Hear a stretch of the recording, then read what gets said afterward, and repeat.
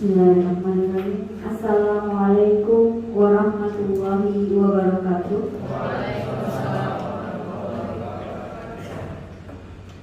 Puji dan syukur marilah kita panjatkan kehadiran Allah yang Maha Kuasa, karena atas berkat rahmat dan hidayahnya kita masih diberikan kesehatan dan keselamatan pada siang hari ini untuk mengikuti kegiatan diseminasi aksi nyata modul 1.4 yang nanti akan dipaparkan oleh Ibu Wulan Puspitasari. Sebelumnya yang saya hormati Ibu Retno Lidiawati SPD selaku Kepala SDM Susukan 02 Pagi. Yang saya hormati Ibu Wulan Puspitasari MPD sebagai calon guru penggerak angkatan 7 serta rekan-rekan guru semuanya. Marilah kita sebelum memulai acara pemaparan diseminasi aksi nyata modul 1.4 ini, perkenankan saya selaku pembawa acara di siang hari ini untuk membacakan susunan acaranya, yakni yang pertama pembukaan, kedua pemaparan diseminasi aksi nyata modul 1.4, ketiga penutup. Bapak Ibu yang kami hormati, untuk membuka acara pada siang hari ini, ada baiknya kita membaca surat Al-Fatihah terlebih dahulu bagi yang beragama Muslim, dan yang beragama non-Muslim membaca doa dan kepercayaan masing-masing. Allah hadiniya al-Fatihah. Bismillah.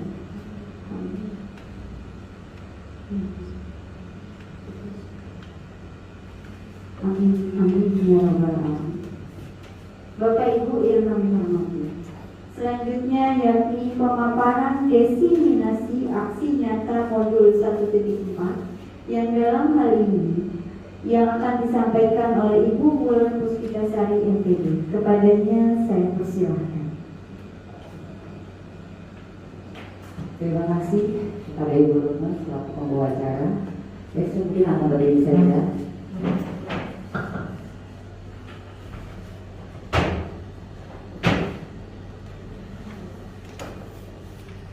Assalamualaikum warahmatullahi wabarakatuh. Salam sejahtera untuk kita semua. Om Swastiastu, Namo Buddhaya, dan salam kebajikan. Bapak Ibu guru yang saya hormati, perkenankan dan izinkan saya untuk mencoba mendiseminasikan tugas saya di modul 1.4 tentang budaya positif, yang mana ini harus disebarkan secara pemahaman dan penerapan pengalaman budaya positif di lingkungan kita semua. Baik, saya Wulan Puspitasari, CDP angkatan ke-7 dari SDM Susukan 07 Pagi. 02 Pagi. Silakan, visualnya.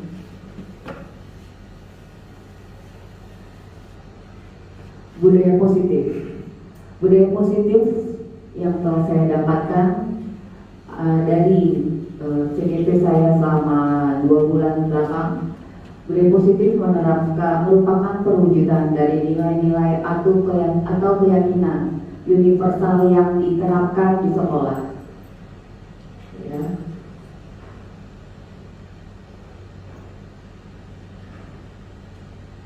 Budaya positif itu ada beberapa faktor eksternal dan internal yang harus kita ubah dari dalam diri di sekolah dulu.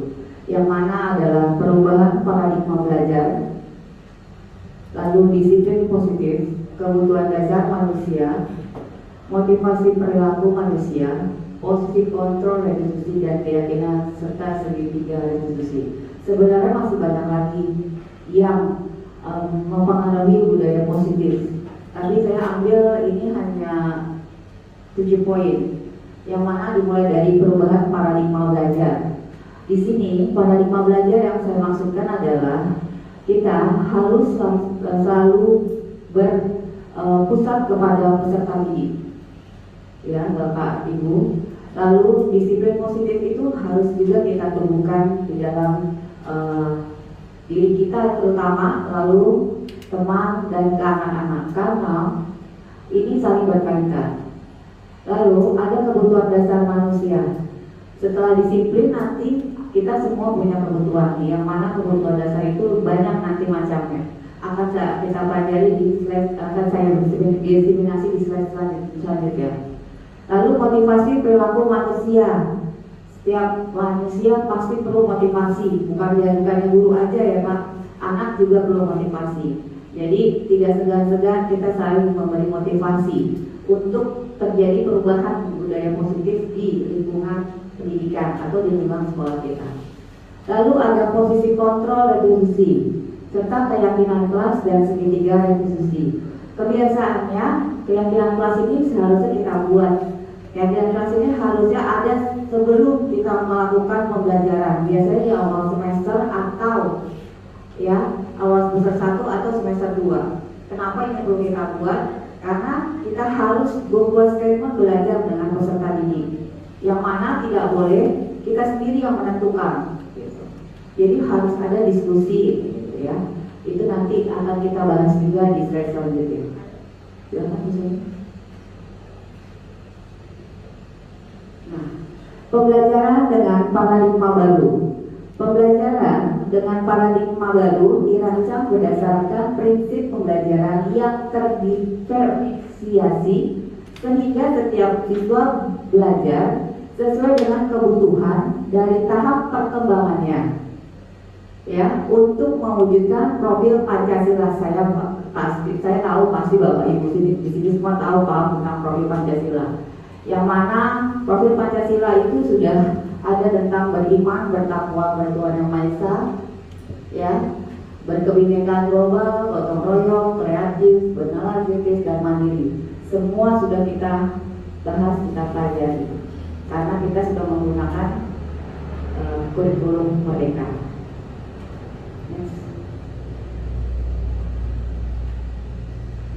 Apa makna disiplin? Nah, itu dia yang saya mau tanyakan. Apa makna disiplin? Setiap Bapak itu pasti punya jawabannya masing-masing. Jadi saya minta tolong dibagikan ke teman-teman satu orang satu. Menurut Bapak Ibu versinya masing-masing, karena setiap Bapak Ibu guru tidak sama. Jadi menurut Bapak Ibu apa sih makna disiplin? Silakan. Bisa dibantu habis.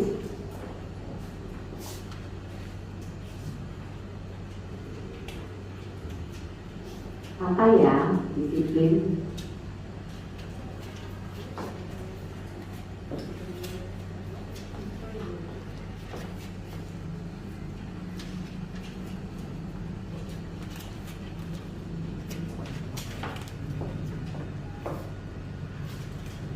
Nanti yang kelompok ini boleh tempel di depan, yang ini boleh tempel di belakang, yang dua yang ini ke belakang, yang ini bagi dua ke kuning, sama ya, ke depan. Jadi apa?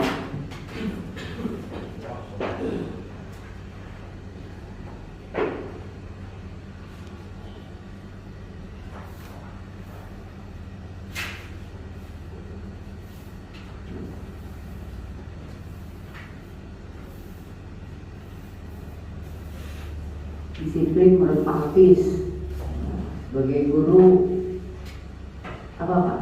Bahasa Inggris. Ini pendapat saya sendiri. Silahkan ditulis Pak, nanti kita baca.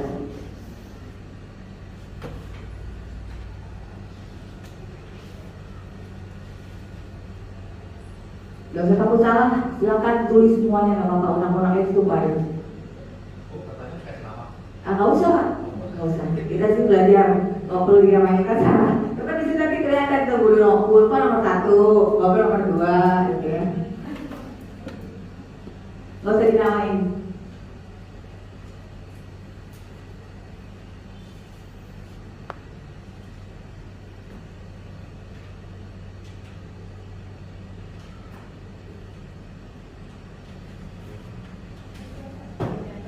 Ya, kalau sudah silakan Bapak Ibu tempel di karton di depan, rombongan yang dulu Pak.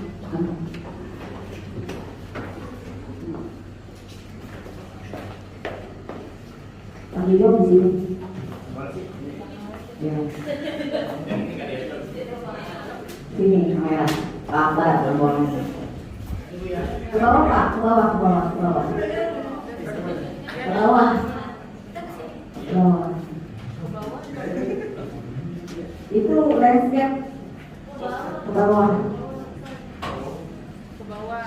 Di kayak di depan tuh, lihat dong yang di depan. Kelompok satu, kasih keren. Ijo mikirin apa sih?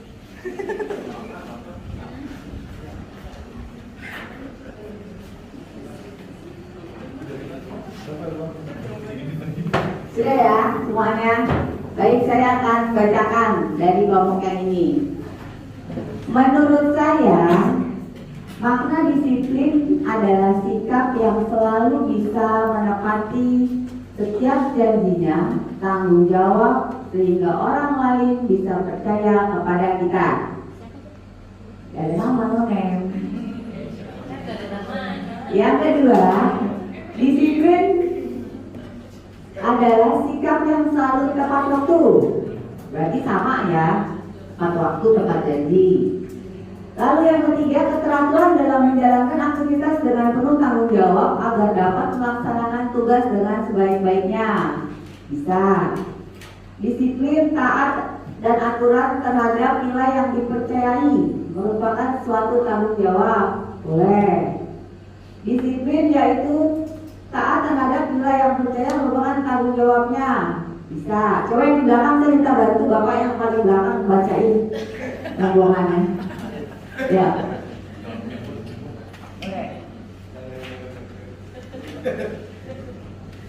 Yang pertama, apa makna disiplin? Sesuatu yang dilakukan seseorang pada orang lain untuk mendapatkan kepatuhan. Terus yang kedua, disiplin merupakan perasaan taat dan patuh terhadap nilai-nilai yang dipercaya. Yang ketiga, disiplin peraturan yang dibuat untuk dijalankan agar menjadi tertib. Yang keempat, disiplin di mana kita menjalankan sesuatu dengan tepat waktu dan teratur terhadap waktu. Yang kelima, disiplin kendali yang terbentuk dari proses panjang dari serangkaian perilaku yang menunjukkan nilai ketaatan,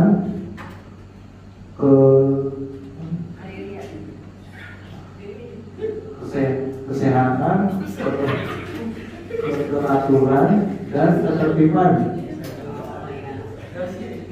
Ya, kesetiaan.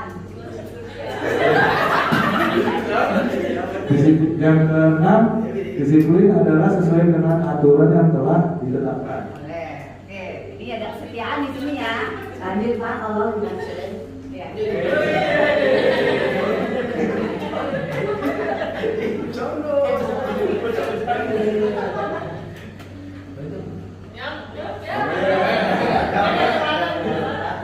Ya, yang pertama, ini biasanya Bu. Disiplin adalah suatu bentuk tindakan mematuhi dan melakukan sesuatu sesuai dengan nilai dan aturan yang dipercaya pertanggungjawabannya. Kemudian disiplin adalah kesadaran untuk mampu mengendalikan diri dan mempunyai sikap patuh pada aturan yang berlaku di suatu lingkungan. Kemudian yang ketiga, disiplin adalah tepat waktu seseorang yang terbiasa untuk mengerjakan sesuai dengan kesepakatan. Yang keempat, makna disiplin adalah menjalankan aturan yang sudah ditentukan oleh sekolah, instansi terkait, dan lain-lain. Yang kelima, makna disiplin menurut saya adalah bagaimana menanamkan rasa dalam diri kita untuk dapat selalu berpikir segala yang dilakukan harus dengan perhitungan. Yang terakhir, disiplin adalah perilaku dalam kegiatan hadir tepat waktu dalam berkegiatan.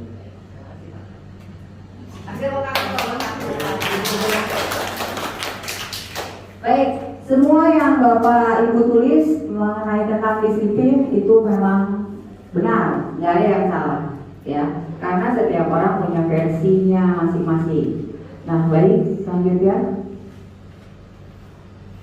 Disiplin positif. Disiplin sendiri berasal dari bahasa Latin yang mana disiplina yang artinya belajar. Ya, Bapak Ibu. Disiplin, menurut saya, disiplin diri membuat orang menggali potensinya menuju sebuah tujuan dan apa yang dia hargai. Namun, dalam budaya kita, makna kata disiplin telah berubah menjadi sesuatu yang dilakukan seseorang pada orang lain untuk mendapatkan kepatuhan.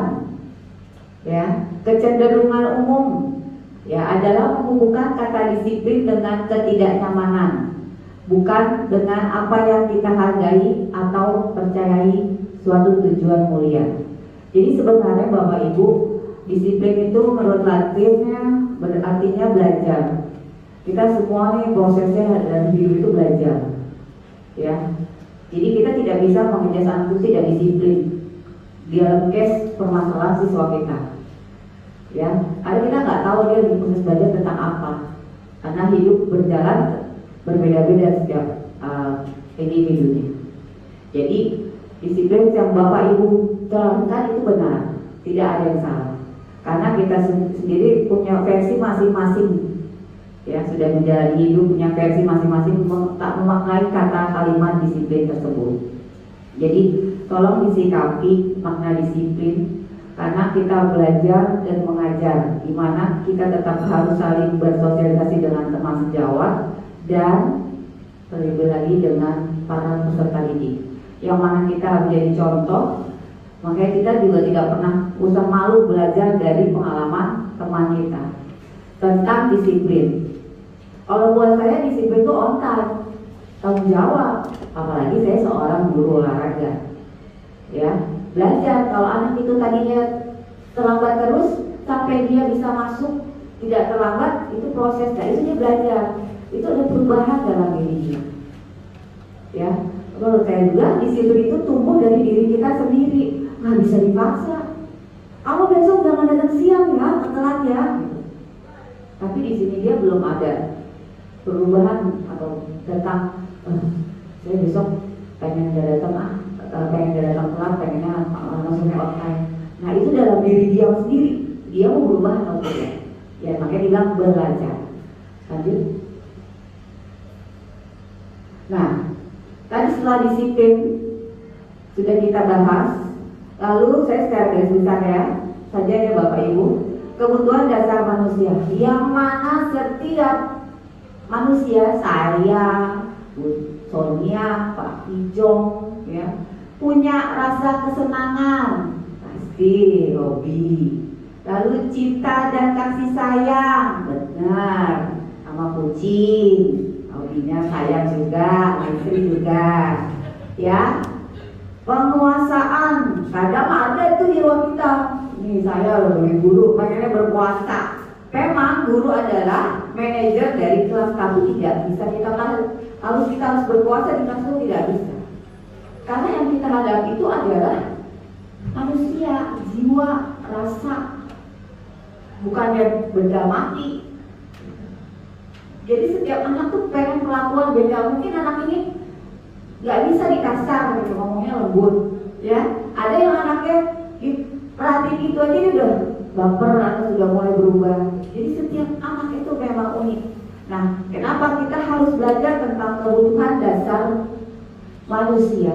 Ya ini yang penting. Nah, oleh karena itu saya mau minta tolong sekali lagi yang pemantik yang kedua. Saya mau Bapak Ibu menuliskan tentang kebutuhan rasa senang, kasih, ya penguasa dan kebebasan menurut Bapak dan Ibu guru sekalian, karena setiap guru beda-beda. Dari sini kita bisa tahu gitu, kita bisa kasih pelajaran ini loh, gurunya aja begini gitu kan. Nanti muridnya juga yang dipaksakan, ya. Silakan bantu saya, Pak Hafiz, Bu Retno. Ya. Misalnya gitu, cinta dan kasih sayang gitu. Kalau saya itu misalnya sayang sama misalnya penuh kelembutan, romantis, kan bisa begitu Kak. Yang kedua kesenangan, saya hobinya main bola, saya hobinya nyanyi, Bu hobinya make up gitu kan, bisa Bu. Dewi hobinya makan gitu. Kesukaannya apa? Setiap orang beda-beda. Iya, terserah kan beda. Kita suka habis suka apa? Suka coba apa mesra? Iya. Kalau bertahan hidup pasti kita survive semua ya. Yang tengah nggak usah ya. Tapi kan kalau yang ini semua pasti punya dong. Rasa kebebasannya apa gitu kan? Kan bisa ditulis di situ.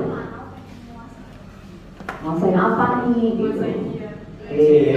Empat-empatnya. Iya, manfaatnya. Dibikin aja begitu kotak, gitu. Ini yang senangan, gitu. Bagi 4 gitu. Berarti sisi atas ini apa? Gitu. Mau ikutan sebutal sama Pak Jong?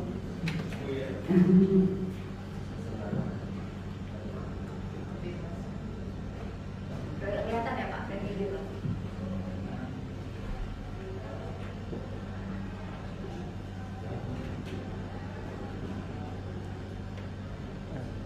Kalau bertahan hidup kan wajib ya. Bapak Ibu kalau bertahan hidup kita wajib survive ya. Tapi kalau hobi, kasih sayang tuh beda-beda. Kebebasannya juga beda-beda gitu.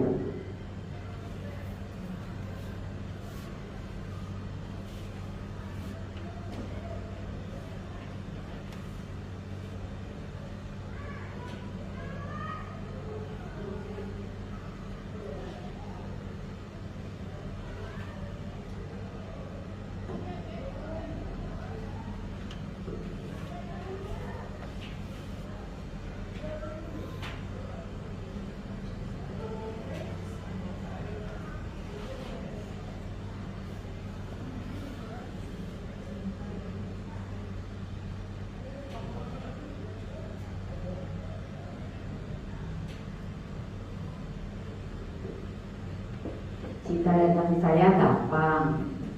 Saya itu orangnya nggak bisa gitu, kalau dicuekin. Ya kan, ada yang begitu sama bu guru. Saya nggak bisa kalau dikasih takut. Kalau bapak ibu, saya nggak bisa dijadiin lama-lama. Ya bu, bapak.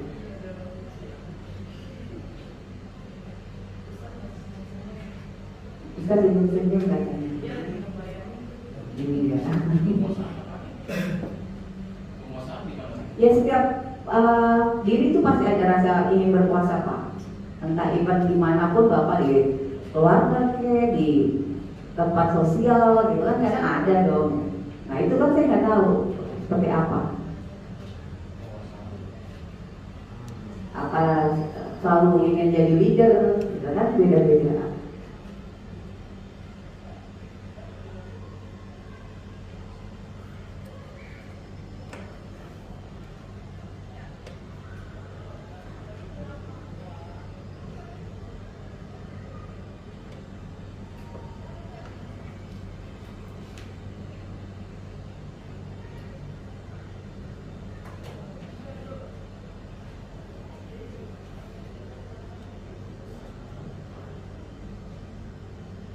Saya mau kayak dosa kayak pikir ujian gitu.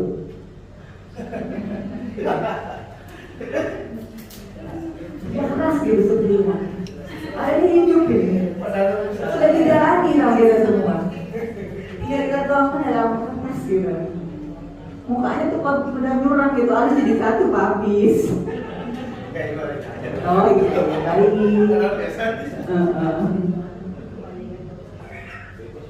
Sudah? Sudah, silakan ditulis Pak, garis kedua sini Pak, dibikin bawah lagi.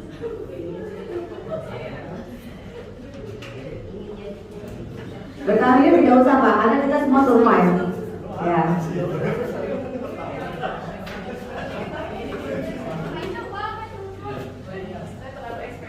Ini belum ada. Gak apa-apa Pak, lanjut saja. Kita kira sebab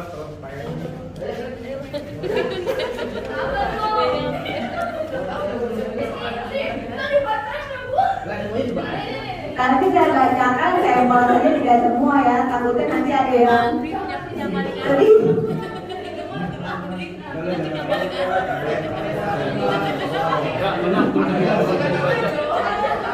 curang, nggak ada gitu, curang.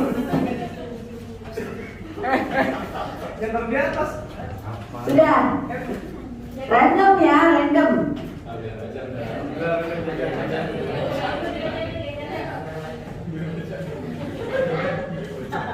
Yang tulisannya bisa baca tulisannya.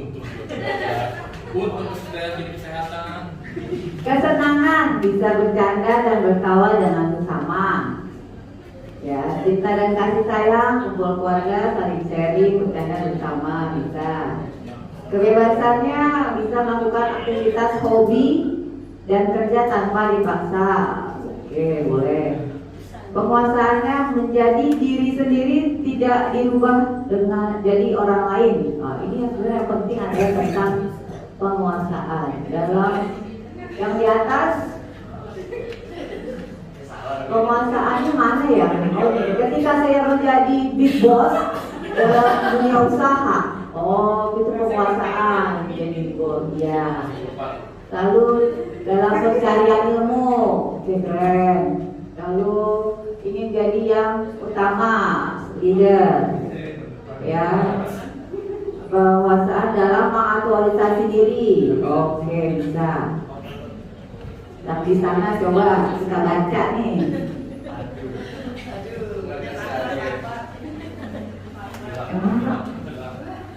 Iya. Itu sudah lagi. Kesenangan makan nasi goreng tengah malam. Cinta dan kasih sayang dibawelin lebih baik daripada dijauhkan. Terus bebas, kebebasan mengembangkan ide kebebasan. Terus berkuasa ketika bermain bola penugasan. Oh, jadi itu. Terima kasih Pak. Berpuasa ketika bermain bola. Oh dia mau jadi striker berarti. Kalau mau bertahan dia. Baik. Semua. Oh insya belum.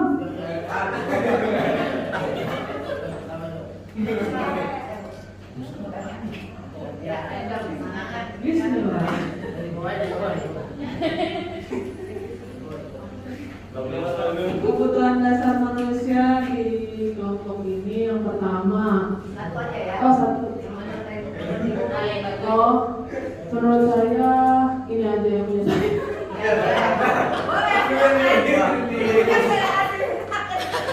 Termasuk penguasaan. Kalau kesenangan menurut kesenangan bagi saya berbagi rezeki kepada keluarga ketika ada seorang kita senang banget saya.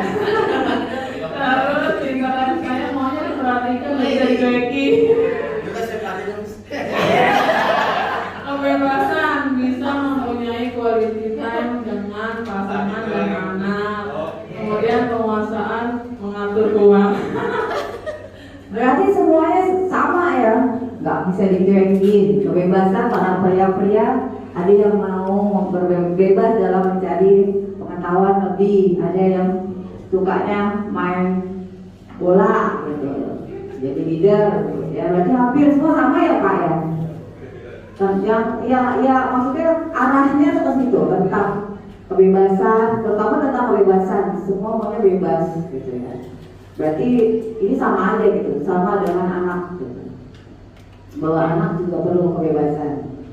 Kebebasannya karena kita di sekolah, kita yang akan menjadi kontrol, ya. Kita yang akan menjadi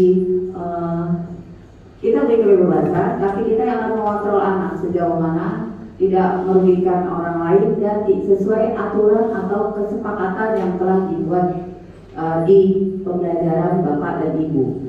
Ya, untuk kebebasan. Karena kalau kita lost sifat, bahaya kalau anak, ya, apalagi di kelas. Karena kita manajernya, boleh kita kasih kebebasan, tapi kita jadi kontroler. Lalu penguasaan.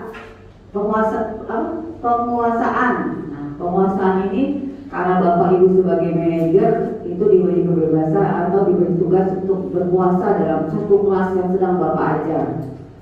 Ya, dimana kita juga harus tahu harus bagaimana menjadi penguasa gitu sebagai manajer. Kalau penguasa terlalu ini ya, terlalu kayaknya ya kesannya jadi takutnya negatif. Tapi kita ganti kata menjadi manajer.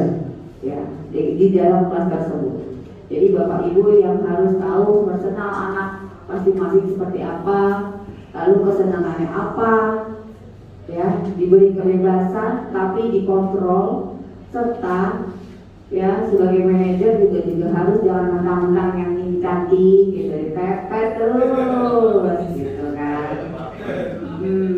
Yang ini pintar ya terus dipanggil, sementara yang lemah juga perlu dipanggil gitu.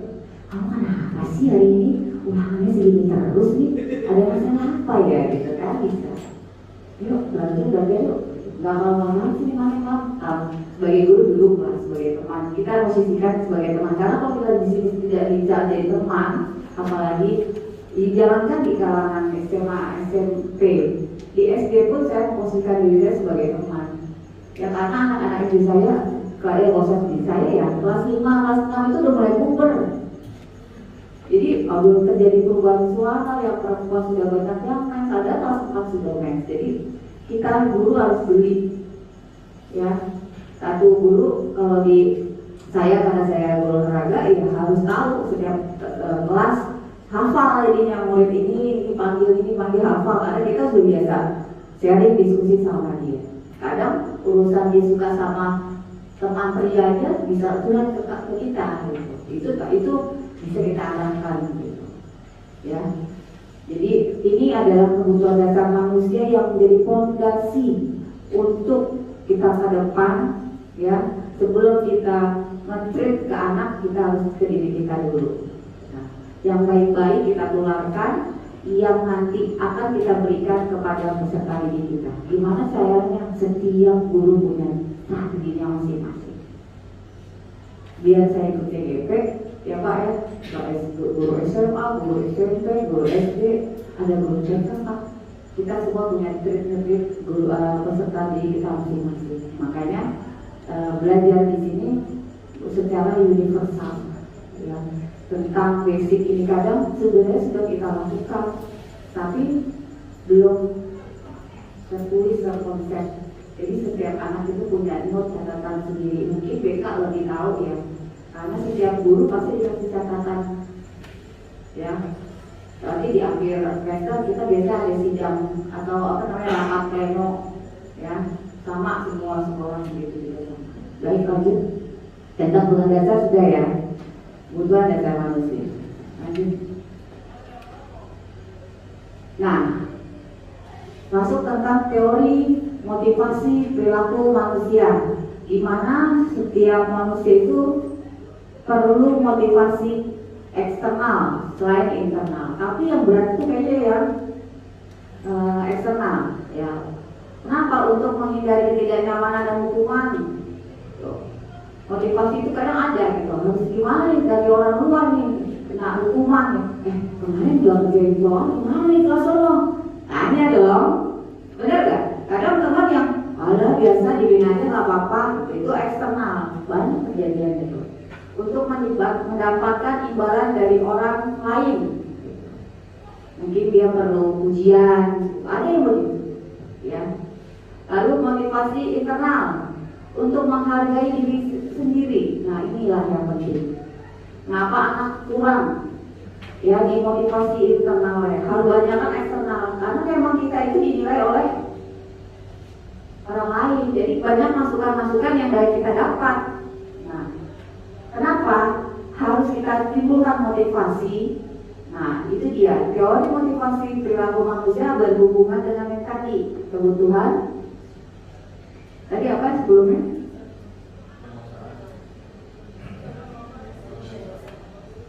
Kebutuhan apa tadi? Ayo baru kita bahas. Bisa sekali kita. Coba saya ikut di kebutuhan dasar manusia. Nah itu nanti berkelanjutannya dari sini. Lalu dimulai motivasi yang perlu kita berikan kepada peserta didik. Bukan kita doang, saya juga ada perlu motivasi dari teman sejawat. Ada saya curhat sama teman ini, kenapa ya kelas ini kok begini terus ya? Sama ibu begitu gak sih bu? Oh sama saya begini mulu, ada gak sih pak di sini begitu curhat? Nah itu perlu penguatan. enggak, besok anak ini dikasih keperlakuannya gini aja bu, ibu mau tegang ini lah, itu motivasi eksternal. Ya, karena kita masuk sosial, maka banyak masukan-masukan dari teman. Dan jangan baper. Kapan kita suka baperan? Nah, itu yang coba kita mulai kikis negatif dalam diri kita, ya. Itu yang harus kita rubah.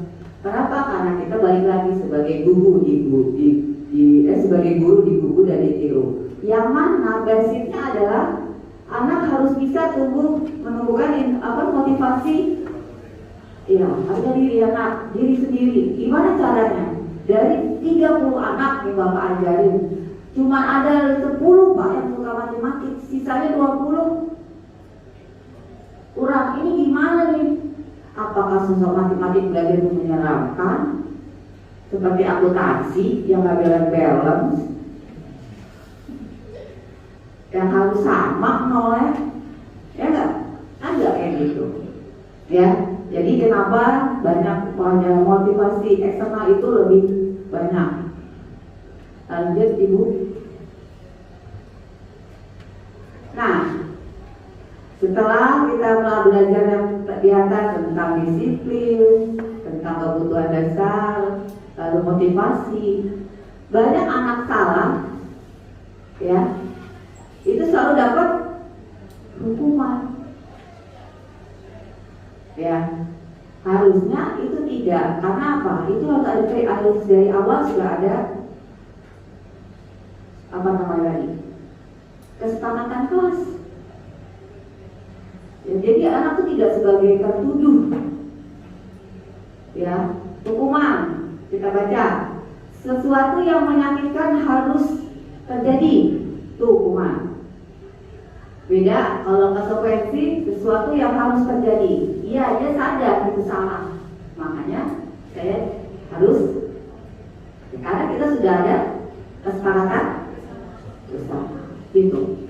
Lalu membuat anak sakit baik fisik maupun hati untuk jangka waktu yang lama. Kadang Pak, diomelin sama gurunya tuh diingatnya sampai punya anak Pak. Ya. Makanya membuat akhirnya terus balik lagi konsekuensi, membuat anak merasa tidak nyaman dalam jangka waktu pendek. Itu nggak boleh berlarut-larut Pak, sampai sakit hati itu nggak boleh. Gimana caranya? Dia nggak boleh, namanya sebentar aja, dia tahu salahnya di mana. Ya, karena pas saya bisa ngomong begini, anak saya sekolah juga. Saya langsung banget sama begini, sampai ke Batin ya. 1 semester lebih, hampir 2 semester. Ya, harusnya tidak, karena setiap guru harus punya statement awal dalam pembelajaran atau kesepakatan. Lalu anak membenci kedisiplinan. Nah, ini yang udah parah nih kalau anak nggak suka. Ya, kalau ada perkataan, ayo jika kita terlambat 15 menit, baik saya ataupun Anda, saya akan. Ada apa tuh nanti? Ada statement apa? Ada di dalam kelas ada keyakinan apa yang akan dibuat? Yang mengarah tentang ya diri anak-anak. Ya. Jadi walaupun kita bikin statement, kalau kita telat, kita juga ikut di situ, kita terlibat. Nanti kalau saya saya juga begitu. Kalau saya Bunda Wulan telat 15 menit, 10 menit di lapangan, saya lari 5 keliling. Jadi kalau kita sudah ikut serta bersama mereka, ya kan, berarti kan, waduh, itu juga sama nih. Berarti mereka ada semangat tuh untuk jangan deh gitu, gurunya. Nah, itu juga suatu motivasi buat kita. Jangan sampai kita telat. Gitu. Nah, paksaan, hubungan itu dipaksa. Kalau konsekuensi timbul karena stimulus ya Pak ya, stimulus dan tanggapan.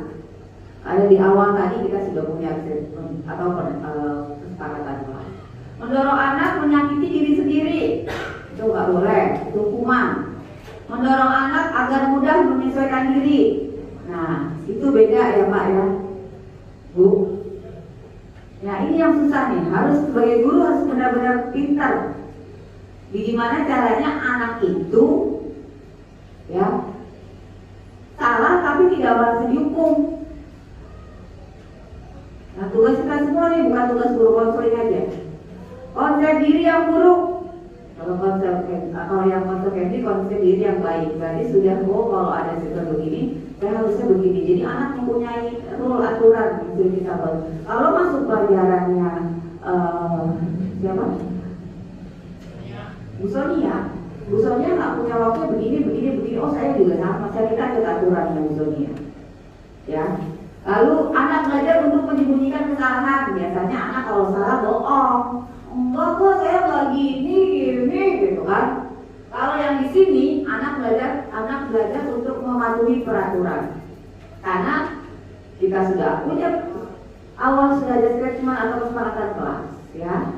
Lalu marah, rasa bersalah, dipermalukan, merasa tak dihargai itu pasti timbul dari anak yang kita hukum. Gak mungkin nggak, pasti iya, ya. Kehilangan, kalau konsekuensi kehilangan hak, dibuat tidak nyaman, dihasilkan untuk sementara ya Pak, untuk sementara.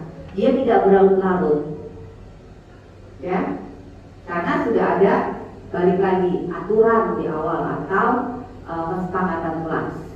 Next. Nah, sekarang saya mau tanya sama Bapak, tadi tuh hukuman yang gimana, konsekuensi yang gimana? Silakan dikasih Pak. Satu orang dulu berapa pertanyaan di sini? 1, 2, 3, 4, 5, 6, 7.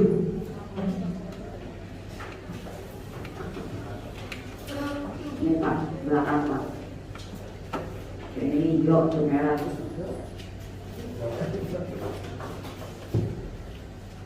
Ya Bapak, satu itu aja satu kali ya. Nanti tulis aja nomor 1, nomor 2. Menurut Bapak dan Ibu guru, case yang pertama, mencatat 100 kali di dalam buku kalimat saya tidak akan terlambat lagi saya tidak akan terlambat lagi karena terlambat ke sekolah, itu hukuman atau konsekuensi? Silakan ditulis jawabannya.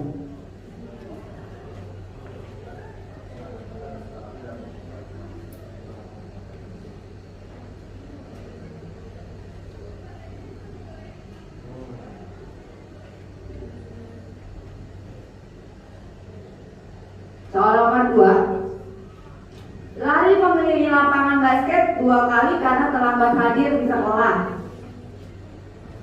Itu hukuman atau konsekuensi menurut Bapak, Ibu?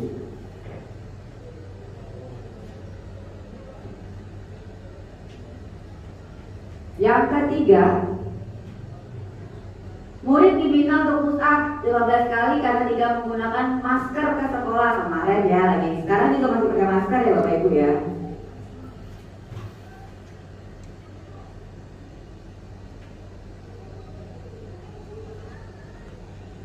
Yang keempat, menggantikan kertas tugas teman yang telah dicoret-coret.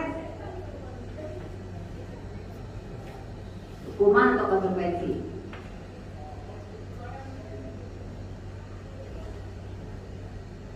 Lalu soal yang kelima, membersihkan tumpahan air di meja tulis karena tersenggol pada saat belajar. Lalu yang keenam, murid disuruh untuk tidak mengenakan sepatu seharian di sekolah karena tidak menggunakan sepatu hitam. Dulu zaman saya begitu tuh, ya. Yang terakhir, lari mengelilingi lapangan basket 2 kali karena terlambat 10 menit untuk pelajaran PJOK. Nah ini hukuman atau konsekuensi? Tadi sudah saya kasih contoh.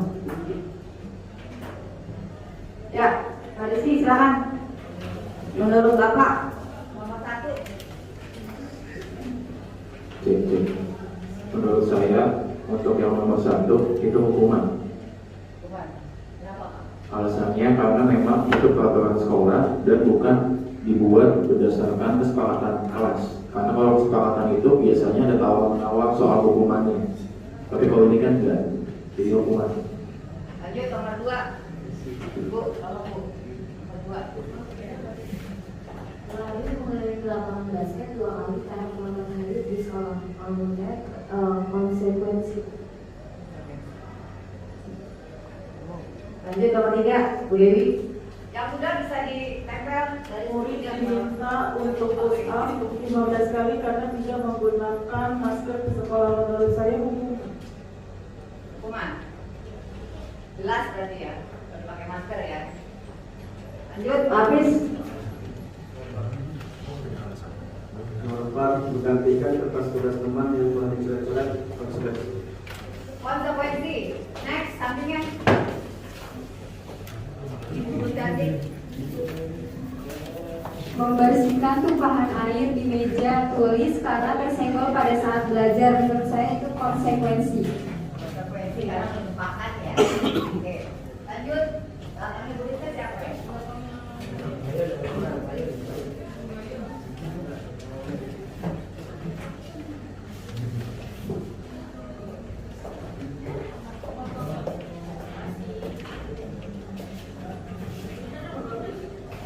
Tadi menumpahkan air. nomor 6 itu murid disuruh untuk tidak mengenakan sepatu seharian di sekolah karena tidak mengenakan sepatu hitam. Itu menurut saya itu hukuman karena itu udah ada di peraturan sekolah harus memakai sepatu warrior.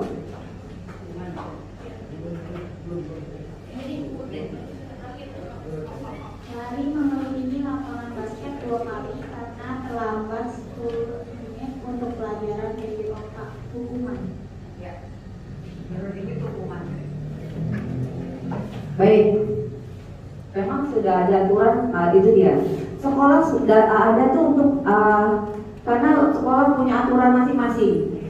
Ada yang beberapa poin masuk ke aturan peraturan sekolah. Dari awal sudah ada tanda tangan ya Bapak ya di atas materai. Biasanya poin-poinnya poin tentang yang umum, universal, sepatu, ya. Lalu kalau masker semua wajib karena itu instruksi dari kedinasan. Berarti kalau ini termasuk tadi yang masker mana? Hukuman. Ya. Lari mengenai lapangan basket terlambat hadir di sekolah. Ya, ini bisa jadi hukuman atau konsekuensi. Hukuman. Lalu yang ini berarti benar ya? Apa? Konsekuensi. Ya. Berarti Bapak Ibu sudah tahu bilang beda mana hukuman dan mana konsekuensi. Di mana setiap anak juga harus paham. Kenapa? Karena perlu. Jangan, mau dihukum? Enggak. Ini konsekuensi. Jadi kadang ada yang kurang tidak terbiasa untuk berpikir, jadi nalarnya kurang. Jadi kita harus sering banyak diskusi dan bicara sama anak-anak kita. Ya, Bapak Ibu. Lanjut Bu, karena kita sudah tahu paham banget tentang hukuman. Hukuman, konsekuensi, ada kalimat kata baru yaitu restitusi. Dan tadi hukuman sudah jelas, konsekuensi juga. Apa sih restitusi? Next. Nah, restitusi apa sih? Kalimat kata apa sih? Restitusi adalah proses menciptakan kondisi bagi murid untuk memperbaiki kesalahan mereka, sehingga mereka bisa kembali pada kelompok mereka dengan karakter yang lebih kuat. Ya, restitusi juga merupakan proses kolaboratif yang mengajarkan murid untuk mencari solusi. Lalu untuk masalah mereka dan membantu murid berpikir tentang orang seperti apa yang mereka inginkan dan bagaimana mereka harus memperlakukan orang lain. Jelas yang tadi saya bicarakan di awal ya. Jadi anak itu bermasalah, ya. Kalau bisa jangan di-push, tapi kita harus bisa bikin dia menjadi lebih baik dan kembali ke kelompoknya. Kelompok itu ya anak-anaknya, pesan tadi kita yang lain, ya. Yang tadi sifatnya tidak baik, gitu. Kita gimana caranya? Kita harus membuat mereka kembali ke karakter yang lebih kuat. Karakter lebih kuat itu karakter yang baik. Ya. Di sini jelas, tadi sudah saya katakan di awal sebelum saya bilang tentang bahasa hukuman dan konsekuensi. Untuk masalah Restitusi juga merupakan proses kolaboratif, jadi antara hukuman dan konsekuensinya ya, yang mengajarkan murid untuk mencari solusi. Jadi dia tahu dia salah tuh solusinya gimana tuh, ya nggak? Yang kita push jadi hukuman, terus kita nggak kasih solusi, kita nggak kasih tuh lagi nggak ini lah biarin aja lah. Jadi apa kayak anak orang? Enggak kayak gitu konsepnya, ya. Untuk masalah mereka membantu murid berpikir tentang orang seperti apa, dia mikir gue pengen kayak apa nih, jadi orangnya gimana, orang baik, orang jahat, orang cuek, itu ya. Lalu dia harus melakukan orang lain, nggak balik lagi, dia harus tahu menghargai orang lain itu kayak apa. Mencoret-coret itu nggak bagus, konsekuensinya ya kalau kamu harus ganti buku itu. Tumpah air itu konsekuensi kamu elap dong. Ya, itu makanya harus kita buat gimana caranya. Nggak ada Pak Bu, anak-anak 13 anak bandel, nggak pengen Pak Bu anak 13 bandel.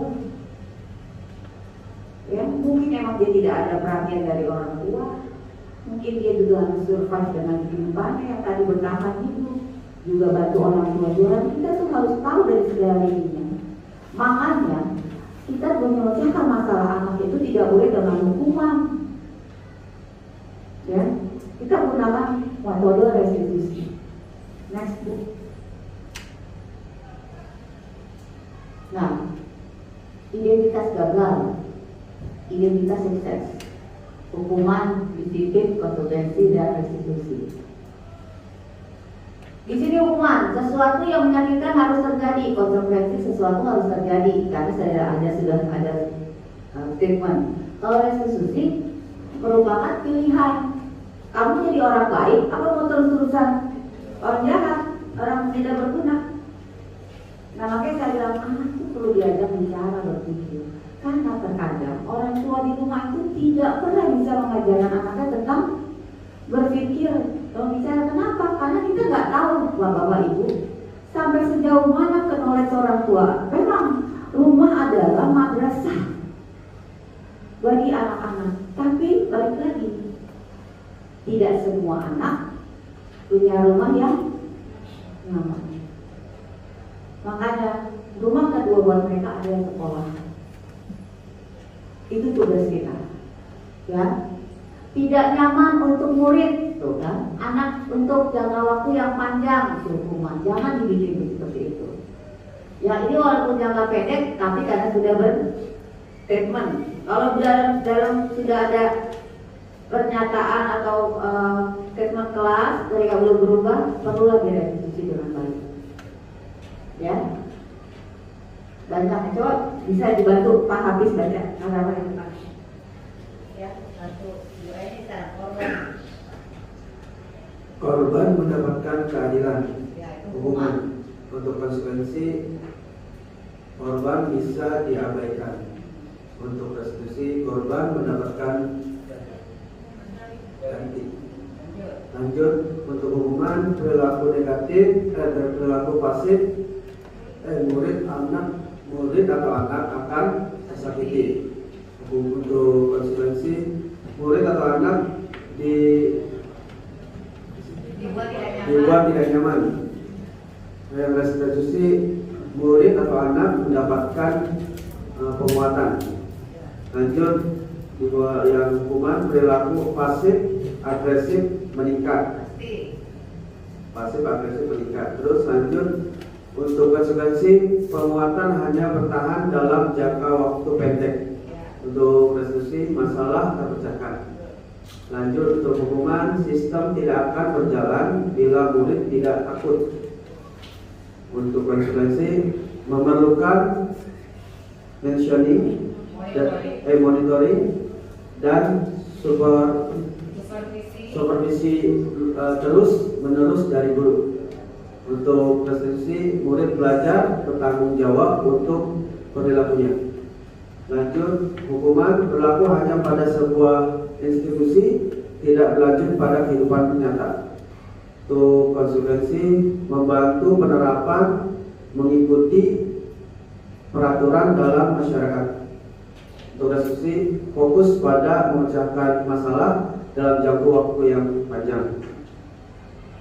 Untuk hukuman peraturannya adalah kamu harus. Tapi untuk asumsi apa peraturannya, mampukah kamu melakukannya? Terima kasih. Untuk diskusi apa yang kamu yakini, apa yang bisa kamu lakukan untuk memperbaiki masalah ini. Lanjut, terakhir, untuk hukuman murid atau anak membenci peraturan. Konsekuensi murid atau anak menghormati peraturan. Untuk konstitusi murid atau anak menghormati dirinya dan orang lain. Baik, terima kasih Pak Hafiz. Jadi jelas ya, dimana hukuman itu sangat menyakitkan pasti, ya. Perilaku hukuman itu pasti untuk hanya pada saat dia dihukumnya itu aja, ya. Sedangkan konsekuensi membantu penerapan ikuti peraturan dalam masyarakat. Sudah mulai diatur gimana caranya bersikap. Nah, kalau yang institusi dipecahkan masalahnya dalam jangka waktu panjang dan dia bisa akan membengkas. Jadi tidak hanya sesaat. Oh, jadi di waktu sekolah tuh ada di sininya di memori itu ada bekas. Kalau begini nggak bisa. Sampai nanti dia punya anak nggak bisa kalau kayak gitu. Ya, dari jangka waktu yang panjang. Jadi jelas di mana hukuman itu tidak baik, konsekuensi sudah ada, tapi akan menjadi lebih baik kalau kita akan diskusi suatu masalah. Lanjut Bu. Nah, penghargaan yang tidak efektif. Menurut Bapak Ibu, penghargaan menurunkan kualitas seperti apa ya? Ada sampel atau contoh nggak? Nih kalau menurut saya ya, ini penghargaan menurunkan kualitas. Anak itu prestasi bagus.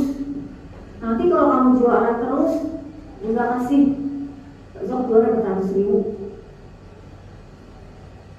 Dapat juara 1. Besok dia juara lagi, kalau dapat juara lagi dari mudah-mudahan dapat 100.000 lagi. Ya, itu menurunkan kualitas dia. Jadi sebenarnya mampu mau usah dikasih duit gitu, dia mampu prestasi terus. Ya kan? Benar kan? Jadi nggak bisa langsung dipakai begitu nggak bisa. Lalu penghargaan mematikan kualitas. Ada contoh nggak Bapak Ibu di lapangan? Pernah nggak kita ngasih penghargaan tapi mematikan kualitas dia? Ada yang bisa bantu penjelasan nggak? Pengalaman Bapak Ibu mengajar atau lapangan seperti apa gitu? Ada nggak Pak? Bisa bantu nggak Pak?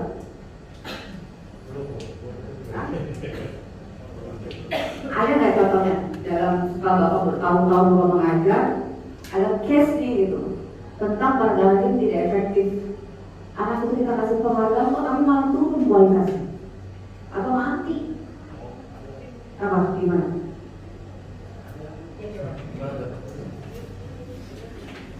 Penghargaan mematikan kualitas, misalnya ada anak juara karate atau silat dipanggil di lapangan, kemudian dijelaskan kalau dia juara ini, tapi di detik itu juga kepala sekolah atau yang berwenang cuma menjadikan nanti saya ini ya, nanti saya itu ya, nanti akan saya kasih ini ya, tapi ternyata tidak ada realisasinya. Udah lama ada realisasinya apa ya kan? Secara langsung dia bakal berpikiran cuma ngomong doang, soalnya nggak usah deh. Jadi secara langsung mematikan kualitas karena ibaratnya mematikan motivasi dia buat mendapatkan juara lagi di kompetisi selanjutnya. Begitu. Terima kasih Pak. Ada lagi Pak? Menurut Bapak? Belum, oke. Yang terakhir, penghargaan mengurangi motivasi intrinsik. Itu banyak kejadian yang tadi menurunkan kualitas. Berapa kali anak saya juara silat saya kasih reward uang.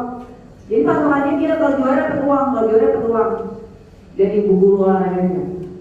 Yang satu mematikan kualitas, cuma dijanji doang ya. Kalau saya kasih ya, tapi dijanjikan doang. Ya, di PHP. Nah, terjadilah penghargaan yang menurunkan motivasi intrinsik. Balik lagi tadi, akhirnya muridnya Bapak Kijong nggak mau lagi latihan karate. Males. Sedangkan murid saya masih mau latihan silat. Tapi kalau luar berduit itu yang salah. Jadi penghargaan yang tidak efektif kita mulai hari ini jangan kita lakukan kepada peserta didik kita. Kalau memang dia jago, juara, support dia benar-benar kamu bisa bagus. Walaupun mau dijanjiin apaan juga ya, dijanjiin duit 100.000 tetap dia prestasi. Ya, jadi mental yang harus kita kasih baik. Itu tugas juga, bukan hanya di olahraga, mungkin di sains. Ya, ada apa biasanya kompetisi sekretaris. Ya, gimana cara itu beranak itu mampu berkompetisi dan dia juga tahu mana celahnya bisa membaca. Oh, teman saya lagi begini, itu harus kita trik, kita ajarin. Ya, jadi jangan diturunkan kualitasnya apalagi dimatikan sampai motivasi dalam dia males ngapain latihan karate lagi, karena nggak mau silat lagi ya capek mah, habisnya guru udah nggak kasih uang lagi, gitu kan? Nah, itu yang harus kita ubah. Ini PR masing-masing, mungkin setiap walas punya anak-anak prestasi, itu berarti poin gitu. Nah, gimana caranya anak itu terus berprestasi? Ya, tidak hanya di bidang olahraga, tapi di bidang yang lain pun juga harus kita support. Dengan tidak melakukan penghargaan yang tidak efektif. Bahasanya gimana Bu? Nah, Bapak itu punya cara, karena Bapak dan tahu anak ini seperti apa maunya biar dia semangat. Kan balik lagi kebutuhan dasar manusianya beda. Oh, anak ini maunya diperhatiin mulu. Ya kan, biasanya begitu Pak, anak tuh caper kan bisa perhatian, oh nanti mau latihan mulu. Nah itu dia, beda sama yang misalnya akuntansi, anak ini kalem banget gitu. Nah itulah, ya, penghargaan yang tidak efektif jangan lagi diberikan kepada siswa-siswa kita semua. Next, Bu. Masuk ke posisi kontrol guru, yang tadi saya bilang bahwa guru adalah manajer yang mana motivasi identitas gagal, identitas berhasil dan sukses, dan identitas berhasil dan sukses.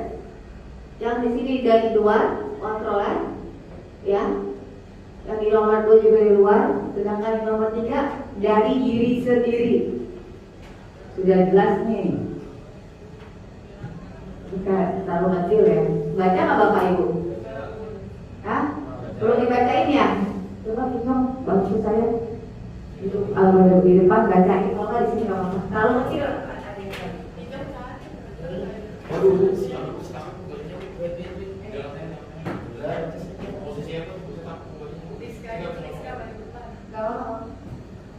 Oke, Inggris. Depan.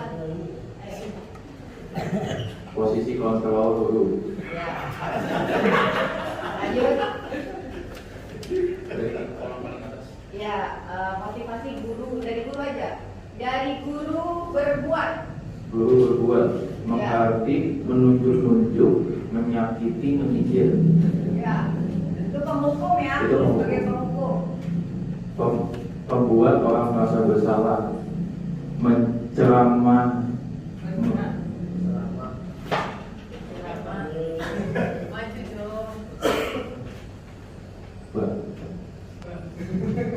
berceramah dan mengatakan seharusnya ibu kecewa. Kalau kemudian kalimat penghukumnya, guru berkata, kalau oh iya. Ada teman, pemantau, dan manajer. Kemudian teman membuat alasan-alasan untuk muridnya. Kalimat pemantaunya menghitung dan mengukur. Kemudian manajer mengajukan pertanyaan-pertanyaan. Kemudian untuk yang baris kedua, guru berkata, kalau kamu tidak melakukannya, awas ya, rasakan. Penghukumnya. orang merasa bersalah, kamu seharusnya kamu sudah tahu ibu lelah sekali mengatakannya, ibu stres.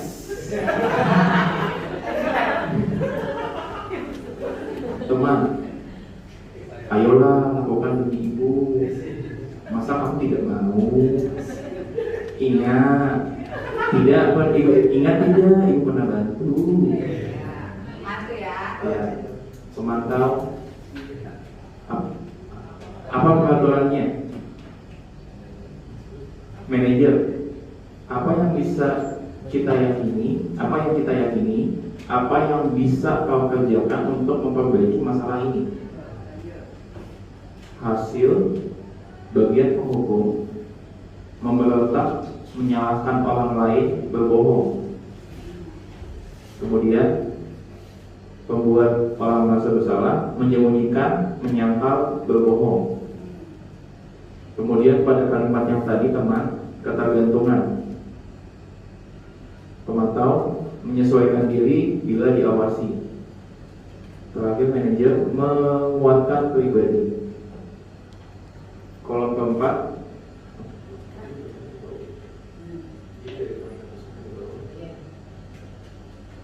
kemudian kaitan dengan dunia berkualitas. Pada bagian penghukum, murid meletakkan guru di luar dunia berkualitas. Pada bagian pembuat orang merasa bersalah, murid meletakkan guru di dalam dunia berkualitas. Pada bagian teman, murid meletakkan guru sebagai orang yang sangat penting di dunia berkualitas. Bagian pemantau, murid meletakkan guru, peraturan, dan hukum di dunia berkualitas. Pada bagian manajer, murid meletakkan dirinya sebagai individu yang positif dalam dunia berkualitas. Kemudian murid berkata pada bagian penghukum, biarin aja, nanti juga marah-marah Ibu Sonia. Kemudian membuat orang merasa bersalah, maafkan saya, teman. Saya pikir bapak atau ibu teman saya, ternyata begitu. Pemantau, berapa banyak bintang yang saya harus peroleh, berapa halaman yang harus saya tulis. Manajer, bagaimana caranya saya bisa memperbaiki keadaan. Dampak pada murid. Bagian penghukum mengulangi kesalahan. Pembuat orang bersalah merasa rendah diri. Dampak pada teman, lemah, tidak mandiri, tergantung.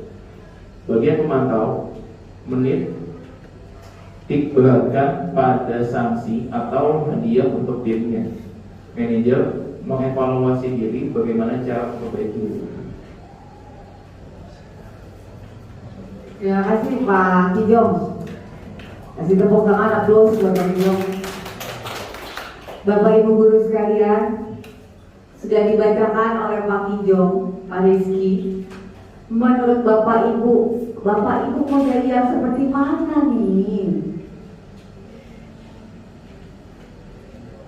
Yang identitas gagal, yang di tengah identitas berhasil sukses, tapi kontrolnya dari luar. Atau yang terakhir, berhasil sukses tapi dari dalam diri. Bapak Ibu mau yang mana nih? Sebagai apa? Dan sekarang di posisi Bapak Ibu sekarang ada di mana? Dan sekali itu aja dulu. Sebelum kita membahas tentang mau jadi mau yang mana, tapi Bapak Ibu setelah membaca ini, Bapak Ibu ada di posisi yang mana? Yang pertama, yang kedua, apa yang ketiga? Bapak udah jadi manajer sekarang nih, sudah jalankan.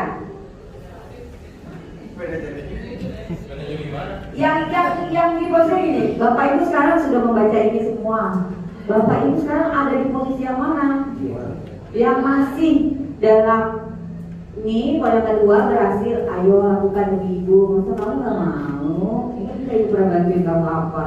Kan ada yang seperti itu, ya. Ada juga yang ketergantungan sama teman. Maksudnya sih bisa begini, bisa begini, ya. Murid meletakkan guru sebagai orang yang sangat penting di dunia berkualitas hanya di kelas. berkualitas untuk belajar. Ibu sudah di posisi mana sekarang? Kalau masih di sini, ayo berubah jadi yang ini. Ya, kalau masih di posisi ini, lemah, nggak mandiri, bergantung, jangan. Ya, harus ada di posisi, semua guru harus ada di posisi manajer. Kalau masih di sini, ayo kita sama-sama merubah, berintrospeksi diri menjadi lebih baik, menjadi pengajar yang baik, menjadi guru yang digugu dan ditiru benar.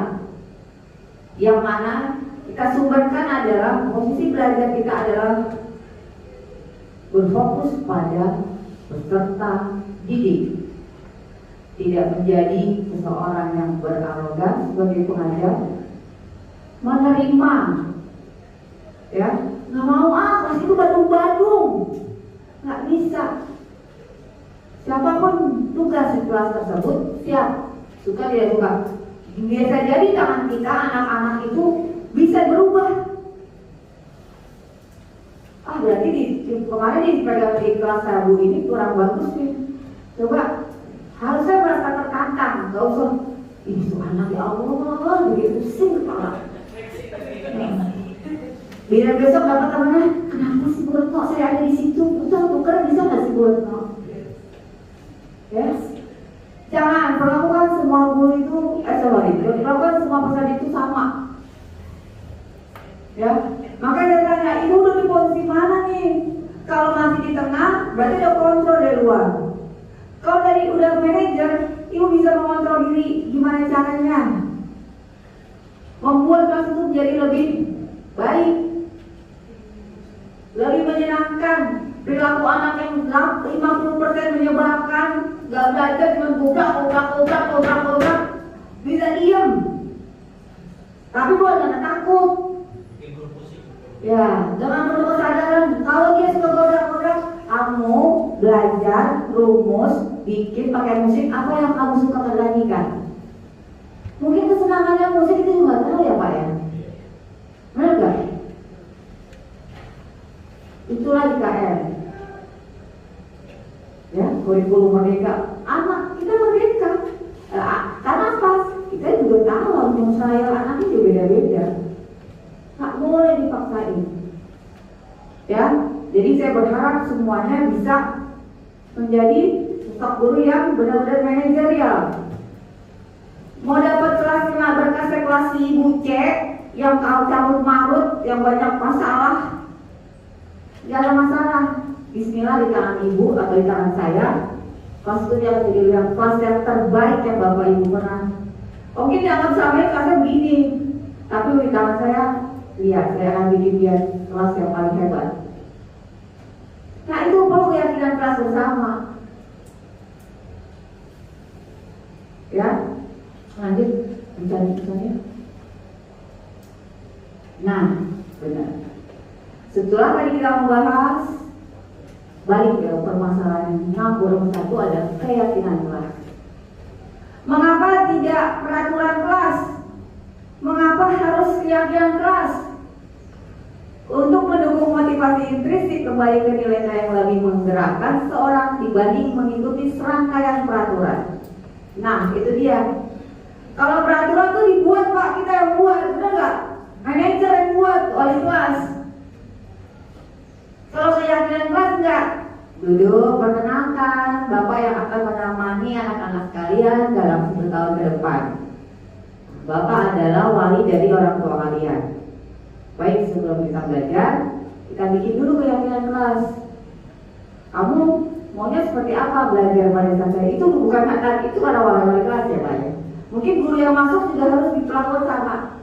Ya, ketemu lagi bersama saya Pak Rizky. Saya belajar matematika.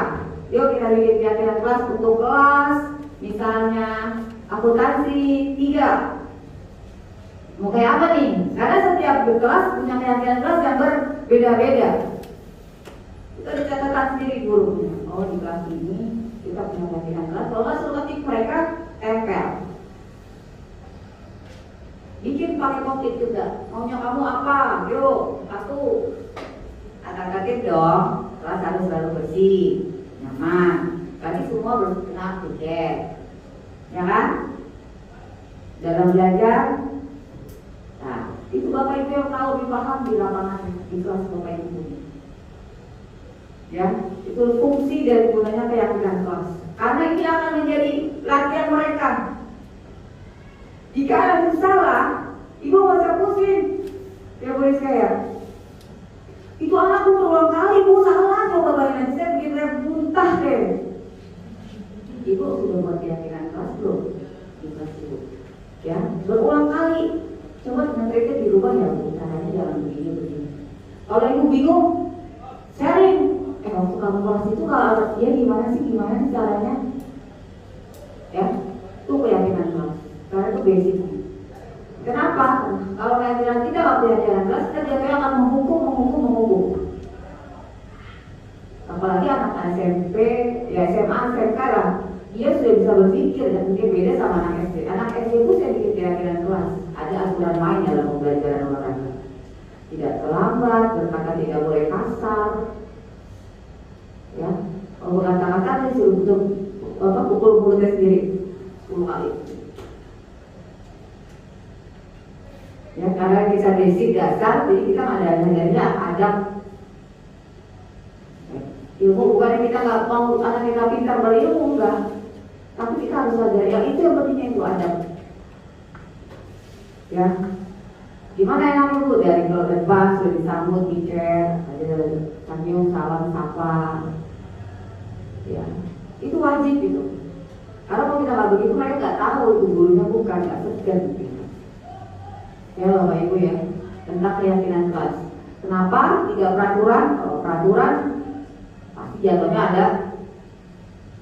Kamu nggak ikut peraturannya gimana? Yuk sesuai keyakinan kelas yuk. Ya lanjut Bu. Nah, bagaimana pembentukan keyakinan kelas? Ada beberapa macam Bu, Pak. Sudah saya jalankan di SD. Sebenarnya sudah di SD. Sebelum saya mengajar di SD, saya mengajar di SMK, SMA Wijaya Kusuma ini juga sudah saya terapkan. Ya, karena buat saya ini penting tentang keyakinan kelas. Kenapa? Satu, lebih abstrak dari peraturan. Iya dong. Kalau peraturan tuh sakit, coba ya, nggak bisa tuh. Iya, harga mati, betul. Lalu berupa pernyataan universal, ya. Jadi pernyataan-pernyataan universal itu timbul dari mereka sendiri. Maunya mereka kayak gimana? Jadi kan itu mau jadian. Jadi kita sama-sama kita jalankan bersama. Lalu dibuat dalam bentuk positif, ya pasti buat kebaikan satu kelas bersama. Ya, kebaikan pada saat saya mengajar di kelas itu. Lalu sedikit saja agar mudah diingat, gak usah panjang-panjang keyakinan kelasnya 1 sampai 50. Betul, yang poin yang penting. Jadi Bapak udah konsep nih, kita mau bikin keyakinan, tapi Bapak mengarahkan. Yang penting apa nih? Gak telat. PR, kerjakan, tidak telat. Kalau telat seminggu apa? Itu nanti ada bimbing Bapak Ibu bikin. Menurut anak-anak perlu gak ya kalau telat ngasih PR, terus harus ditambahin apa gimana ya Bu? Nanti mereka ngomong, karena hukumannya dia tahu, Bu, nggak mau yang begitu Pak, nggak mau yang begini Bu. Ya, jadi yang ini gimana? Ada basic, ya, sesuai dengan kondisi kelas dan sekolah agar tetap diterapkan. Semua warga kelas sekolah dilibatkan saat membuat. Ya benar, semua warga kelas. Ya, next. Nah, yang segitiga restitusi tadi Pak Bu, sudah hukuman, konsekuensi, ada jalan yang terbaik adalah restitusi. Ini rumus Pak Bu, saya juga baru dapat di CGP. Jadi validasilah masalah atau tindakan yang salah, lalu menanyakan keyakinan ke anak atau peserta didik yang melakukannya. Setelah itu jangan terlalu lama, maksudnya di push punishment, lalu harus menstabilkan identitas gue. Jadi identitas jangan terlalu kamu itu salah, tidak. Ya, dibuat senyaman mungkin anak. Ini dalam segitiga restitusi. Kamu tentu punya alasan mengapa melakukan itu. Ini ada di sini. Adakah cara yang lebih efektif untuk mendapatkan apa yang kamu butuhkan? Ini anakku melakukan kesalahan nih, kita tanya begini. Dia menjawab, menurut dia bla bla bla bla. Kita punya nih, nilai apa yang telah disepakati di kelas bersama kemarin. Lalu kalau kamu nggak berubah, kamu jadi kayak apa ke depannya? Ajak mereka bicara, ajak kalian mereka berpikir. Karena itu anak kadang kurang bisa ngobrol sama orang tuanya, jadi nggak tahu mau kemana. Nah, karena setiap manusia pernah melakukan salah, nggak usah ke anak kita juga, ya. Jadi kita juga paham di sini, ini kode, ini harus punya. Setiap orang pasti pernah melakukan. Jadi kalau ibu mau emosi tingkat dewa, tahan. Jadi kesalahan ini anak didik penting, ya. Karena kesalahan mungkin yang anak itu lakukan pernah dilakukan oleh murid kita sebelumnya. Jadi pada saat ada masalah, pakai sendiri kan. Saya baru tahu Pak Bu pada saat CGP. Ini ada beda bentuknya. Padahal saya sudah melakukan gitu. Secara praktek saya sudah melakukan seperti itu. Ternyata ini ada mungkin seperti itu. Jadi ini harus kita pakai untuk memecahkan masalah anak. Ya, jadi tanggung jawabnya bukan di konseling di BK, tapi kita juga harus paham dimulai dari kelas. Karena setiap personal ini beda karakter, beda sikap dan sifat. Ya, jadi penanganannya ibu yang paham. Lanjut Bu.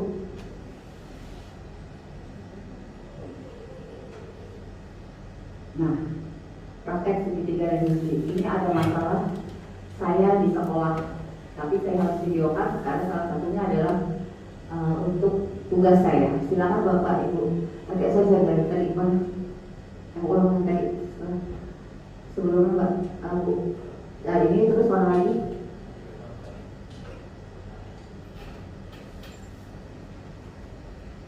Video bukan ya? Iya, bisa itu. Bisa satu ya? Hah? Keluar nggak? Keluar. Bentar.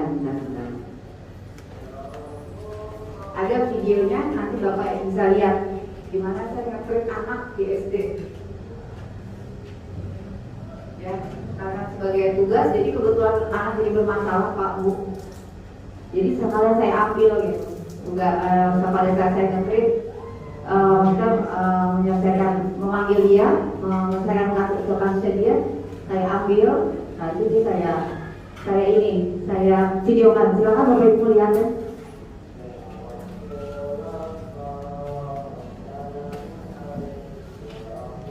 Ada suaranya enggak ya?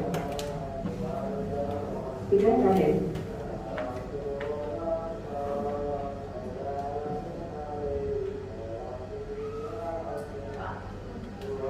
Itu ada Bluetooth? Speaker ada Bluetooth?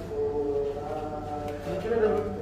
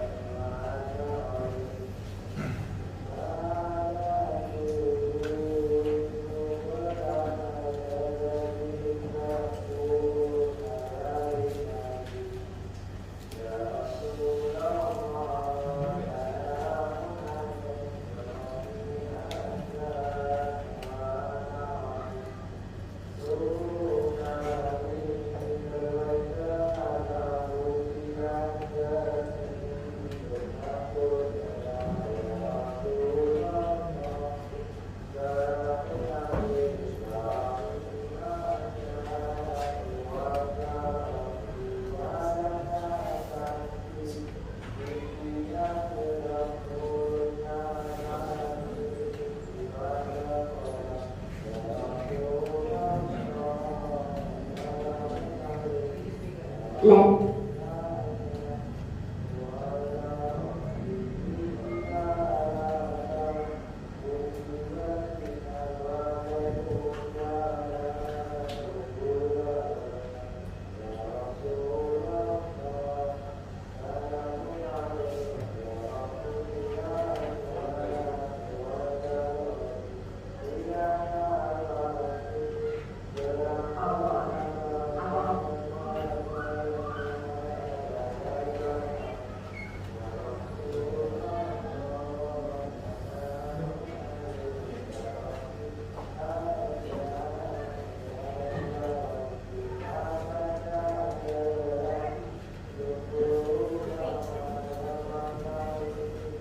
Ini salah satu case study Suka 2 yang mana saya angkat untuk tugas saya juga. Dua murid saya, ya perempuan sama perempuan ribut ya biasa anak-anak ya, tapi tidak sesuai dengan keyakinan kelas kami. Silakan Bapak Ibu kita melihatnya.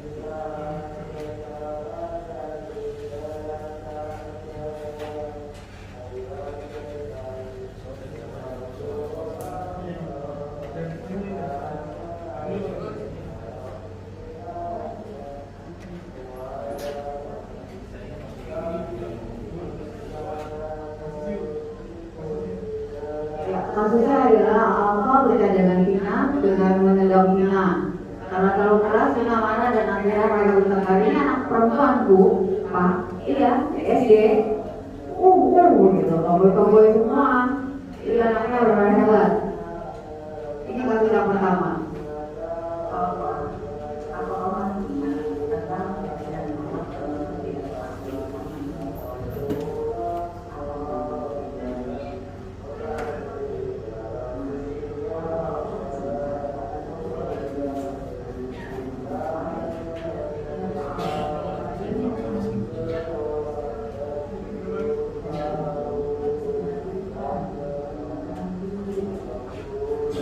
Jadi mereka bersahabat tapi akhirnya bercandanya kelewatan Pak Bu. Ribut panjang, gak enak, mereka diem-dieman, akhirnya diselesaikan.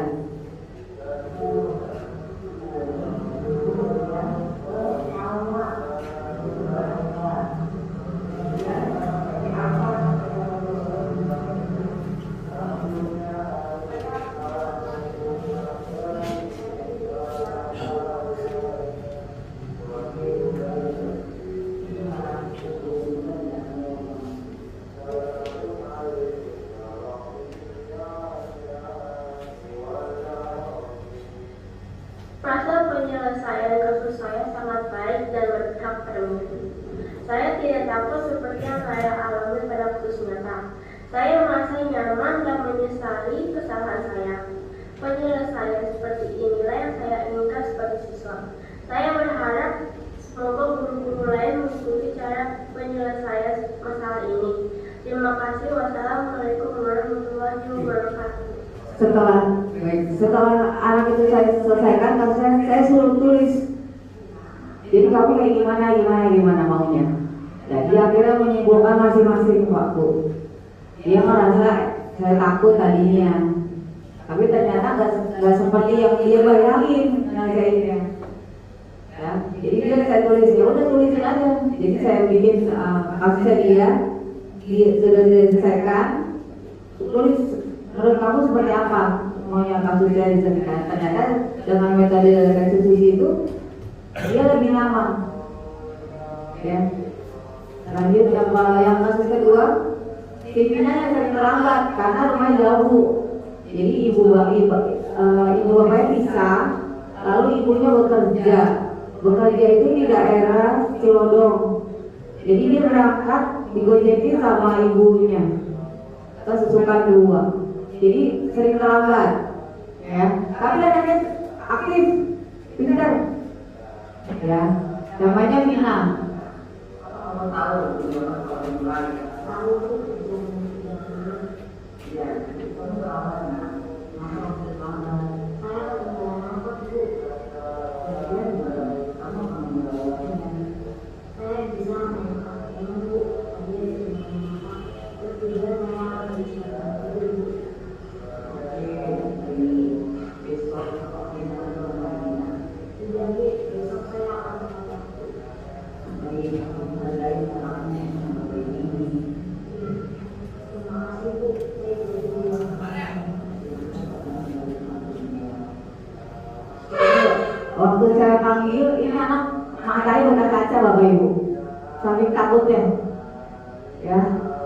sekali naik angkot karena ibunya kesiangan, tapi dia mau sekolah. Gitu. Tapi 2 kali sebelumnya sudah telat, jadi ada beberapa guru komplain. Tapi saya juga harus bicara dengan teman sejawat saya. Kalau dari kondisi anak saya yang ini beda. Bapak ibunya bisa, dia ikut sama ibunya. Saya ceritakan segala macamnya. Dia kalau pulang nggak langsung pulang karena di rumah kosong. Jadi dia di sini di rumah neneknya dulu sampai ibunya pulang kerja, entar dia gojek lagi. Ini dia ngaji di sekitar sekolah. Nah, anak ini bersahabat berempat. Nah, kalau dia berantem dia nangis semua, tapi nggak bisa ngomong. Karena banyak anak masih pikirannya ego masing-masing, makanya dipanggil. Ya, jadi saya juga nah setelah selesai gimana? Dia kasih komentar. Karena Bunda perlu buat tugas, ini Bunda, saya izin, saya mau ambil video ini, nggak apa-apa pun. Saya selalu izin dulu. Takutnya anaknya nggak berkenan. Kalau lagi ada masalah di videoin, ya. Jadi saya izin dulu. Saya sudah berkenan dan dia membuat kesimpulan. Kasus saya kepada Allah. Saya tidak takut atau tertekan seperti yang saya alami pada kasus nyata. Saya merasa nyaman dan menyesali kesalahan saya. Penyelesaian seperti inilah yang saya inginkan sebagai siswa. Saya berharap semoga guru-guru lain menyelesaikan masalah ini. Terima kasih. Wassalamualaikum warahmatullahi wabarakatuh. Oke, terima kasih juga. Baik Bapak Ibu, semua anak peserta didik kita nggak ada yang mau kasus ibunya berkabut sama kita yang kita dudukkan dalam keadaan tertuduh atau terdakwa. Ya, kita sebagai guru harus tahu dulu masalah, lalu kita bicara, panggil, tapi dengan bukan tidak menyeramkan. Kadang sosok konseling melompat, padahal Bu, sudah mulai udah ibu panggil kamu, gitu ya. Kamu masih aja, ya. Jadi Pak, jangan saya kalau masuk itu BK, kemarin kebakaran. Oh, bukan ya. Oh, gitu. Jadi Pak, kita balik lagi ya Bapak Ibu ya. Sebagai guru harus pandai. Mana kamu ini psikologi anak, ya. Harus bisa merubah di dalam diri kita sendiri. Kalau kitanya masih baper, masih ego, baru di anak udah punya kesal sama kita, kitanya kesal, ya kamu aja sayang. Itu jangan. Ya. Habis dia saya kalau itu perempuan yang PNS ya bapak-bapak. Aku itu perempuan. Tapi saya berharap ya bapak-bapak juga menjadi guru yang benar-benar dirindukan. Dirindukan bukan yang negatif ya. Oh saya senang banget saya nungguin Pak Hafiz belajar bahasa Inggris gitu. Ya, kalau bapak siapa namanya? Andri ngajar apa? Informatika. Apa ini saya mau bikin begini apa? Ya, keren. Ya, jadi sosok guru yang harus dirindukan oleh siswa. Guru yang sebentar.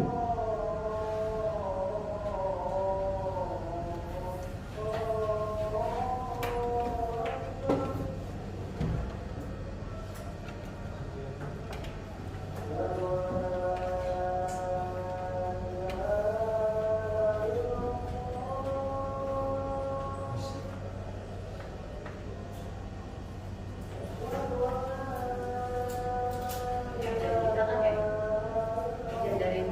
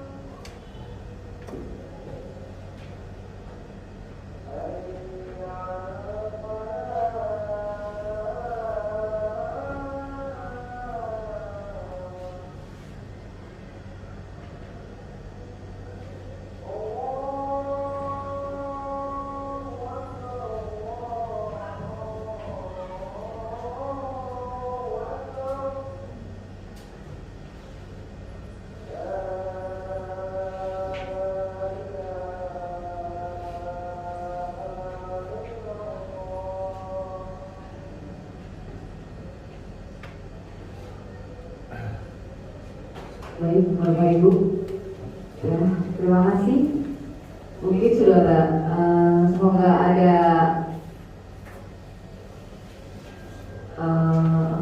perubahan-perubahan dalam diri kita semua setelah mendengar diseminasi tentang budaya positif yang telah saya presentasikan ke Bapak Ibu semua. Karena kita semua tetap namanya, walaupun kita guru, kita tetap harus terus banyak belajar. Belajar itu bukan dengan yang tua, tapi kadang kita belajar juga dengan peserta didik kita. Kadang peserta didik kita banyak juga memberikan ilmu yang tanpa kita sadari ternyata harus kita terima, bahwa ini kita memang harus terima ilmu dari peserta didik kita. Jadi saya sekali lagi berterima kasih kepada Bapak dan Ibu guru sekalian sudah menyempatkan waktu untuk mendengarkan diseminasi aksi nyata modul 1.4 dalam menyelesaikan tugas modul pertama saya.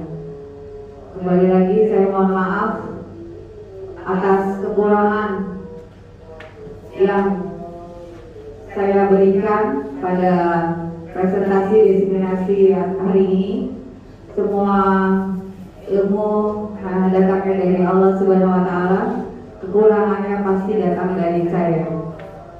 Kembali lagi saya mengucapkan beribu-ribu terima kasih. Semoga kita semua menjadi pendidik yang benar-benar dapat menjadi guru yang dapat digugur dan ditiru, menjadi pendidik yang diidolakan, yang ditunggu kehadirannya oleh peserta didik kita semua. Terima kasih sekali lagi. Wassalamualaikum warahmatullahi wabarakatuh.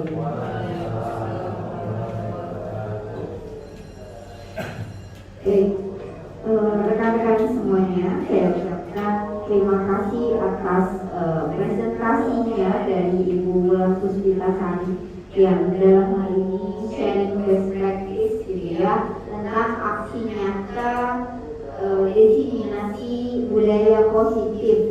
Semoga budaya positif ini akan menjadikan perubahan perilaku di sekolah kita.